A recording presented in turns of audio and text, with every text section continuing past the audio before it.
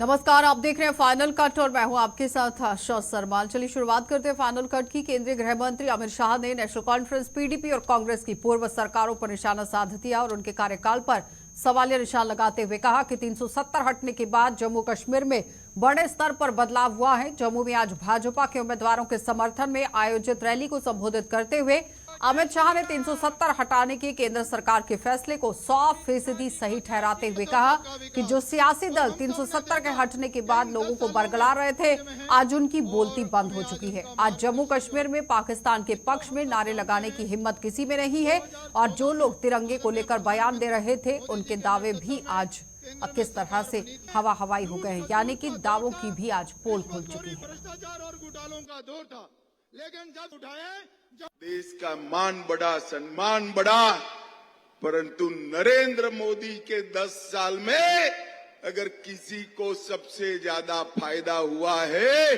तो मेरे जम्मू कश्मीर वालों को हुआ है। एक जमाना था जिस जमाने में ऐसे जलसे की कल्पना ही नहीं कर सकते थे। पथराव होता था, गोलीबारी होती थी, बम धमाके होते थे, पाकिस्तान से हड़ताल के ऐलान किए जाते थे और धारा 370 का साया, धारा 370 का मनहूस साया पूरे जम्मू कश्मीर पर था। आज धारा 370 समाप्त हो गई है। टेररिज्म, आतंकवाद अपनी अंतिम सांसें गिन रहा है और जो युवा पथराव कर रहे थे वो युवाओं के हाथ में पत्थर की तरह जगह लैपटॉप है, लैपटॉप है परिवर्तन नरेंद्र मोदी। अब कहीं पर किसी की हिम्मत नहीं है पाकिस्तान के नारे लगाने की। नारा लग रहा है तो एक ही लग रहा है, भारत माता की जय का नारा लगा। भाई और बहनों, जम्मू कश्मीर में परिवर्तन हमारे नेता नरेंद्र मोदी जी ने किया है और मैं आज एनसीपी को कहने आया हूं। आप कहते थी महबूबा जी, यदि धारा 370 हटेगी तो तिरंगे को कंधा देने वाला नहीं रहेगा। महबूबा जी, तिरंगा मैं और आप चले जाएंगे, ये तिरंगा तो अजर है, अमर है, हमेशा रहने वाला है। धारा 370 चली भी गई और तिरंगा भी आन बान शान के साथ फहरा रहा है, किसी की हिम्मत नहीं है उंगली लगा। फारूक अब्दुल्ला साहब कहते थे मोदी जी 10 बार प्रधानमंत्री बन जाए, धारा 370 नहीं हटा सकते। 10 बार छोड़ो फारूक साहब, दूसरी बार में ही धारा 370 को समाप्त। जो सीमा से सटे हुए गांव है, मोदी जी को तीसरी बार प्रधानमंत्री बना दो। सीमा से सटे हुए हर गांव को जम्मू जैसा बनाने का हमारा कार्यक्रम है। भाई और बहनों, ये तीनों पार्टियां, कांग्रेस, पीडीपी और एनसी, ये तीनों पार्टियों ने यहां पर जमहूरियत को रोक कर रखा था, लोकतंत्र को रोक कर रखा था। ये तीन परिवार के चट्टे बट्टे जनप्रतिनिधि के रूप में आते थे, पंचायत के चुनाव नहीं होते थे। मोदी जी ने 40,000 पंचायत के लोगों को स्थान देने का काम किया।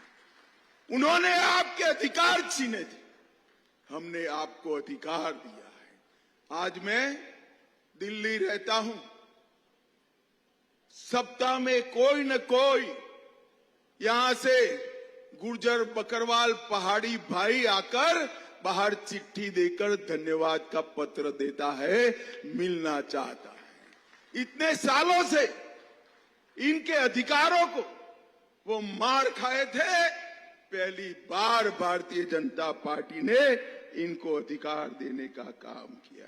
ये पीडीपी, एनसी वाले हमारे गुर्जर भाइयों को भड़काते थे कि आपका आरक्षण काट कर देंगे। मैंने पार्लियामेंट में कहा था 1% भी गुर्जरों का आरक्षण काटे बगैर हमारे पहाड़ी भाइयों को न्याय दिलाने का काम करेंगे। और आज मुझे आनंद है, मोदी जी की कृपा से गुर्जर, पहाड़ी, बकरवाल, ओबीसी, दलित और महिला सबको आरक्षण देने का काम ये भारतीय जनता पार्टी ने किया है। भाई और बहनों, डोगराओं का एरिया है, मुझे डोगरा पगड़ी पहनाई है। डोगरा पगड़ी का सम्मान रखने का काम जिम्मेदारी आप लोगों। तो कांग्रेस नेता सचिन पायलट ने दावा किया है कि मौजूदा समय में लोग यहां भाजपा से उब चुके हैं और लोग अब बदलाव चाहते हैं। उन्होंने कहा कि मौजूदा समय में देश में भाजपा की हालत बेहद खराब है और मीडिया भी इस सच्चाई को बयान नहीं कर रहा है। कठुआ में आज यहां उधमपुर डोडा सीट से ही कांग्रेस के उम्मीदवार चौधरी लाल सिंह के समर्थन में एक रैली को संबोधित करते हुए सचिन पायलट ने कहा कि जनता मोदी सरकार से 10 सालों का रिपोर्ट कार्ड मांग रही है, लेकिन भाजपा के पास अपने किसी भी वादे का जवाब नहीं है। सचिन पायलट ने जम्मू कश्मीर राज्य को यूटी में बदलने पर भी सरकार को खूब खरी खोटी सुनाई। उन्होंने कहा कि भाजपा राम मंदिर का निर्माण कर अपनी पीठ थपथपा रही है, लेकिन उसे ये याद रखना चाहिए कि मंदिर निर्माण का आदेश सुप्रीम कोर्ट ने दिया था और तो और सुप्रीम कोर्ट के आदेश पर ही जम्मू कश्मीर में अब चुनाव कराए जाएंगे। वहीं चौधरी लाल सिंह ने आरोप ये लगाया है कि सरकार ने किसानों और गुज्जर बकरवाल समुदाय से जमीनें तक छीन ली।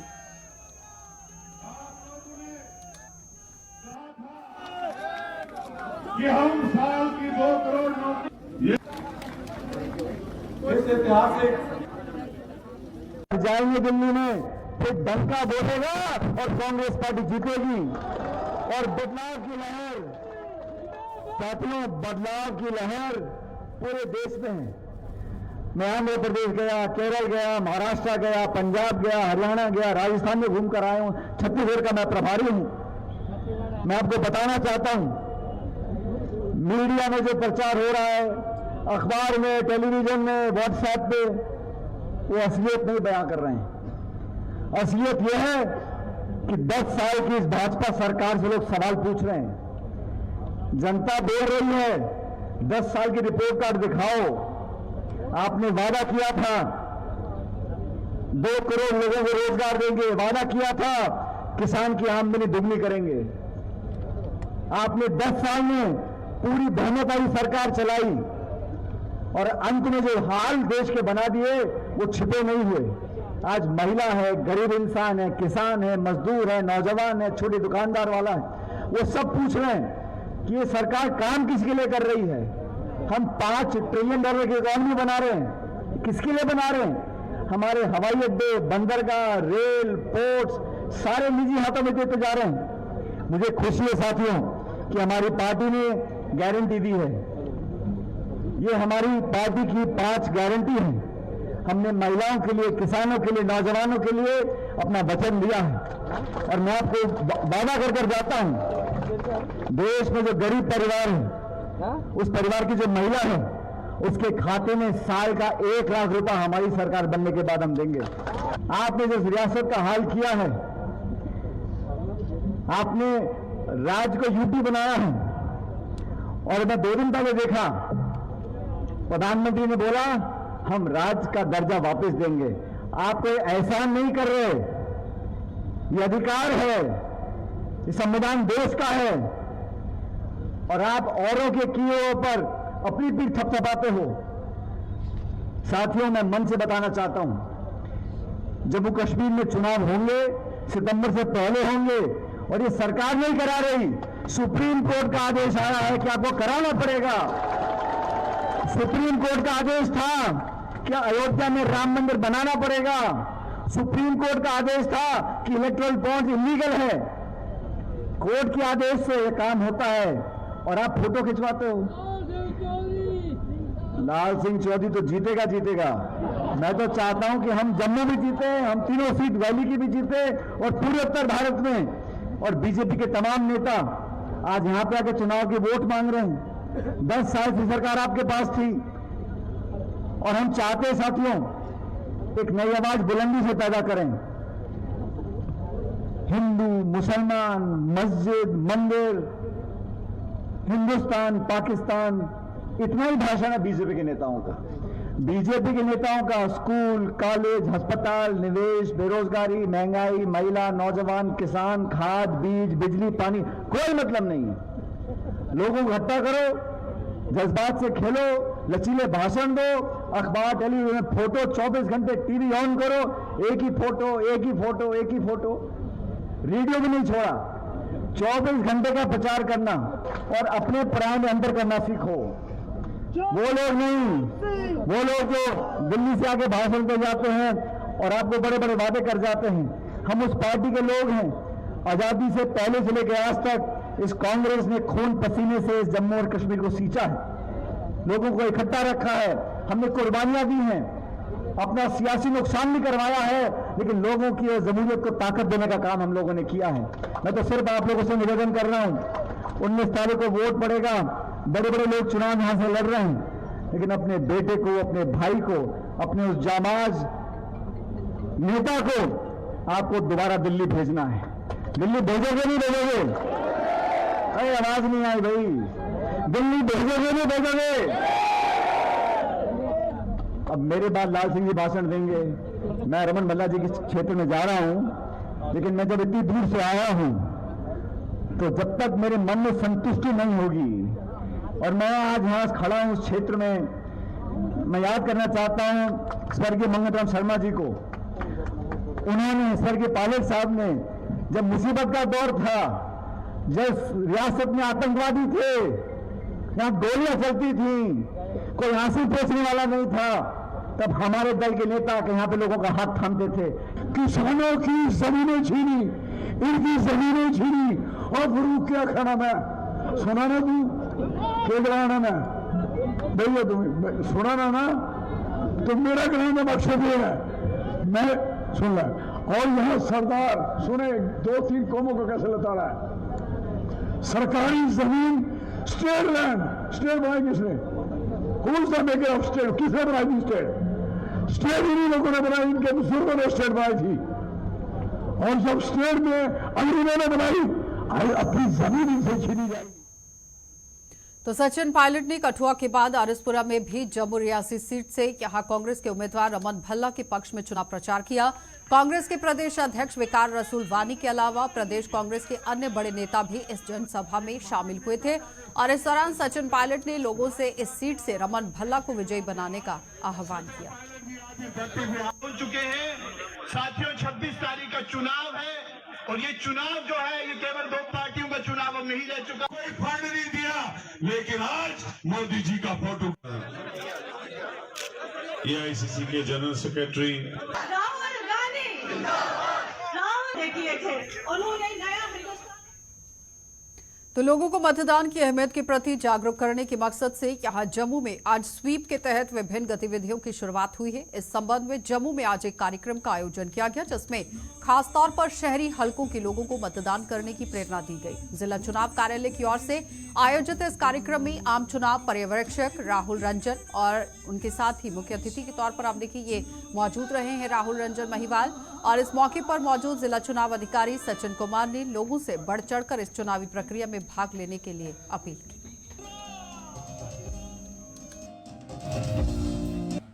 जम्मू जिले के डीसी साहब, पूरी टीम आई हुई। आप सभी से रिक्वेस्ट करूंगा कि हमारा जो वोटिंग परसेंटेज है वो नेशनल एवरेज से अच्छा है, मतलब लगभग उसके आसपास है, उससे थोड़ा अच्छा है 75%। बट देखा जाए तो जो शहरी क्षेत्र में रहने वाले लोग हैं वो वोट डालने कम जाते हैं, ग्रामीण क्षेत्रों के लोग ज़्यादा जाते हैं। तो ये स्वीप का जो प्रोग्राम है तो शहरी क्षेत्रों में जो लोग कम वोट डालने जाते हैं उनके लिए है, और जो ग्रामीण क्षेत्रों में बच गए हैं, जो किसी कारण से नहीं वोट डाल पाए, उनको जागरूक करने के लिए। अगर किसी जागरूकता की कमी के कारण वोट डालने नहीं जा रहे हैं तो स्वीप का प्रोग्राम उनके लिए है। तो ये सिर्फ जो गाना है या कुछ वीडियोज़ हैं, ये सिर्फ माध्यम है उनको जगाने का कि नहीं आपका वोट कितना बहुमूल्य है और आपको कैसे अपने वोट को फ्रेंचाइजी जो एक्सरसाइज करनी है। तो आप सभी से मैं फिर रिक्वेस्ट करूंगा कि आपके आसपास जितने भी लोग हैं, अगर आप ऑफिसर्स हैं तो अपने परिवार, अपने फ्रेंड्स, रिलेटिव्स या पड़ोसी जितने हैं आसपास के मोहल्ले में जो रहने वाले हैं, उनको प्लीज़ जागरूक करें और अपने साथ उनको वोट डालने जरूर पोलिंग बूथ पर ले जाएं। सारी सुविधाएं पोलिंग बूथ पर प्रदान की जाती हैं इलेक्शन कमीशन के द्वारा। पानी, बैठने की व्यवस्था, अगर कोई दिव्यांगजन है तो उनके लिए। तो लोकसभा चुनावों के इस दौर में अपने अपने सियासी दल के प्रचार के लिए यहां जम्मू पहुंच रहे स्टार प्रचारकों को डोगरी पगड़ी पहनाकर सम्मानित किया जा रहा है। और इस डोगरी पगड़ी को बांधना हर किसी की बस की बात नहीं है, लेकिन जम्मू के एक युवक इस तकनीक में माहिर हैं। हाल ही में प्रधानमंत्री नरेंद्र मोदी के उधमपुर दौरे पर उनके सर पर जो सजी हुई डोगरी पगड़ी है, और आज केंद्रीय गृह मंत्री अमित शाह को भी जम्मू में जो डोगरी पगड़ी पहनाई गई थी वो इसी युवक ने बांधी थी, जिसका नाम है मुनीष सिंह जम्वाल। और हमारे संवाददाता अनिल शर्मा ने इनसे खास बातचीत की है, देखिए जरा। मेरे को बहुत खुशी है इस बात की, जैसे आपने प्रधानमंत्री जी का पूछा, तो प्रधानमंत्री जी जैसे कि बहुत बड़ी हस्ती हैं, तो कभी सोचा नहीं था कि उनको पगड़ी पहनाने का मौका मिलेगा। अभी जम्मू में तो हमने इसका कल्चर जो है काफ़ी ट्रेंडिंग में रखा है। ये कल्चर की जो शुरुआत ही हमने सोचा हुआ था वो तो काफ़ी अच्छे से चल रहा है जम्मू में। आए दिन लोग फंक्शंस में और शादियों में जो है इसको बढ़ चढ़ के पगड़ी को पहनते हैं, बड़ा ऐसे गर्व महसूस करते हैं उसमें। पहले जो था वो लोग थोड़ा ऐसे पीछे हटते थे, बट आज की डेट में बहुत जो है आगे जा रही है ये चीज़। तो जब प्रधानमंत्री जी के लिए मुझे ये अवसर मिला कि उनको डोगरा पगड़ी पहनानी है, और मैंने बहुत प्यार से उनके लिए जो है, जैसे आप देख सकते हैं मेरे हाथ में जो पगड़ी है, ऐसी सेम पगड़ी मैंने उनके लिए जो है वहाँ पे तैयार की थी। और मुझे बहुत इस चीज़ की खुशी है कि मुझे ये अवसर मिला। तो वैसे ही जो ये पगड़ी हाथ में मेरे देख रहे हैं, ये अमित शाह जी के लिए जो है उनके कहने पे मैंने दोबारा से इसको एक और पगड़ी जो है उनके लिए तैयार की थी। तो अच्छा लग रहा है कि अगर बाहर से भी कोई जम्मू कश्मीर में आता है तो वो हमारे कल्चर को अपनाता है।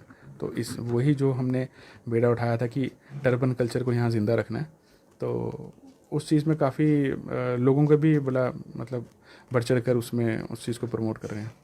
तो कैसा लग रहा है कि पहले प्रधानमंत्री और अब गृह मंत्री के लिए आप टर्बन तैयार कर चुके हैं और उन्हें कुछ दिनों बाद समर्पित करनी है, तो कैसा महसूस कर रहे हैं आप?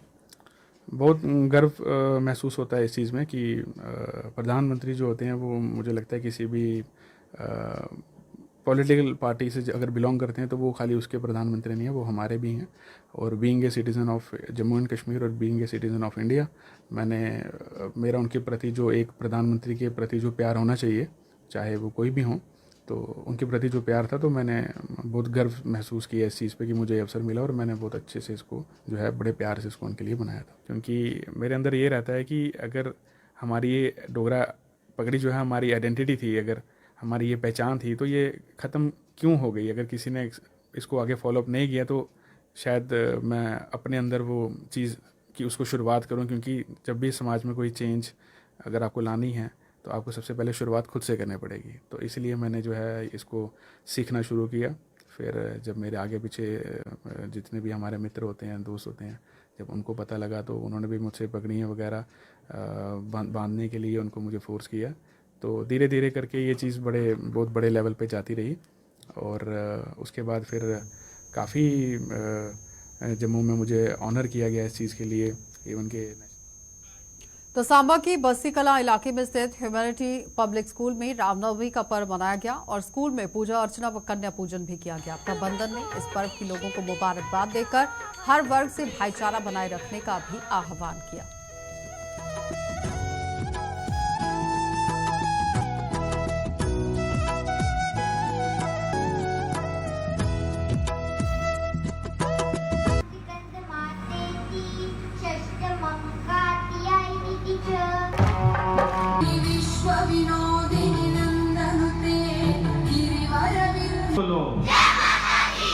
एक बार श्री राम जी का नाम भी लें। अपनी तरफ से शुभकामनाएं देता हूं कि माता रानी हम पे कृपा बनाए रखें, हमारे स्कूल को, ह्यूमैनिटी पब्लिक स्कूल को ऊंचाइयों पे लेके जाएं। कल रामनवमी का छुट्टी है, लेकिन ह्यूमैनिटी पब्लिक स्कूल में एडमिशन्स को देखते हुए हम ऑफिस को ओपन रख रहे हैं। सुबह 9 बजे से लेके शाम को 3 बजे तक ऑफिस ओपन रहेगा। जिनको भी एडमिशन के लिए आना है वो दे आर मोस्ट वेलकम। और इसी के साथ मैं फिर से सभी देशवासियों को रामनवमी और दुर्गाष्टमी की ढेरों शुभकामनाएं देता हूँ। चले फाइनल कट में फिलहाल इतना ही, इजाजत दीजिए, नमस्कार।